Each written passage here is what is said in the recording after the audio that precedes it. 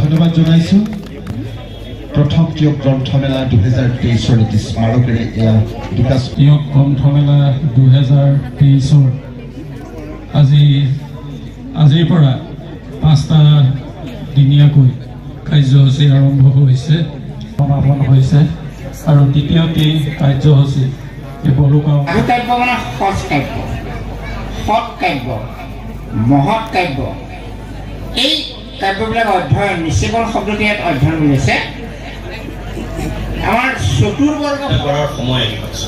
কাৰণ আমি আজি ল'ৰা ছোৱালীয়ে বহি আছে তেওঁলোক হয়তো বাধ্য হৈ বহি আছে মই নাজানো কিন্তু সেই প্ৰজন্মক আমি গ্ৰন্থৰ প্ৰতি বা গ্ৰন্থমেলাৰ প্ৰতি আকৰ্ষিত কেনেকৈ কৰিব পাৰিম কাৰণ তেওঁলোক এক বেলেগ প্ৰজন্মৰ মানুহ আৰু তেওঁলোকৰ মই যিটো কওঁ যে বুদ্ধিমত্তা বা আইকিউ আমাক প্ৰীতি দিয়ে আনন্দ দিয়ে আমি গ্ৰন্থ এখন পঢ়ি কাব্য